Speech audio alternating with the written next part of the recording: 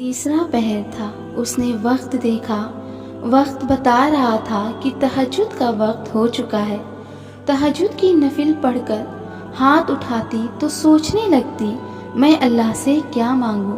میرے اللہ، مجھے تو مانگنا بھی نہیں آتا، تو بہتر جانتا ہے میرے رب، مجھے اب بس تو چاہیے۔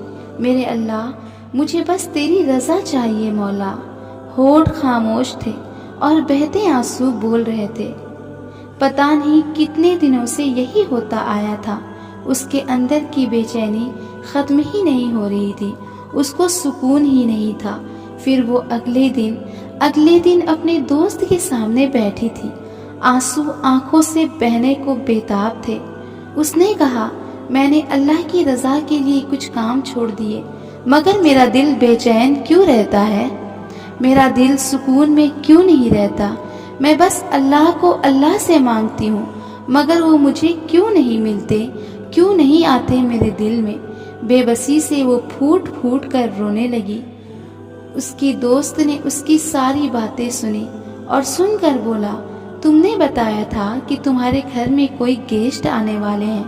وہ آنسو پوچھ کے بولی، ہاں، گھر میں بہت سارے کام ہیں، گھر کی صفائی، سارے انتظامات کرنے ہیں گیسٹ کے لیے۔ اس کی دوست بولی، تم اپنے گیسٹ کے لیے اتنی مصروف ہو، اتنا کام کر رہی ہو، اتنا انتظار کر رہی ہو، اللہ کو اپنے دل میں بلا رہی ہو، تو اس رب کے لیے کیا انتظام کیا ہے تم نے؟ اس کی دوست نے کہا، جب دنیا کے مہمان کے لیے تم اتنی تیاری کر رکھی ہو تو اس کائنات کے مالک کے لیے اہتمام کر لو۔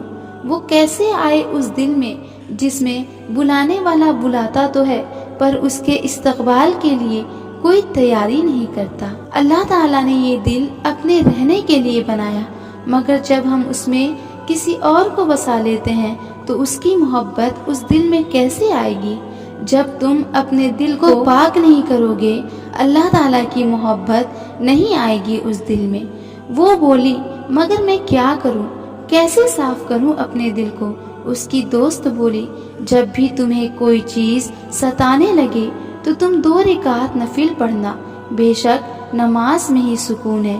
ہر وقت استغفار کی کثرت کرنا، پھر تمہارا دل صاف ہو جائے گا، اس قابل ہوگا کہ اللہ کی محبت اس میں آ سکے۔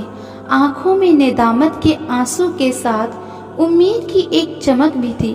اس نے اپنی دوست کی طرف دیکھا اور کہا، آپ کا بہت شکریہ، آپ نے اتنی بڑی بات اتنی آسانی سے سمجھا دیا، آپ نہ ہوتی تو میں کیا کرتی؟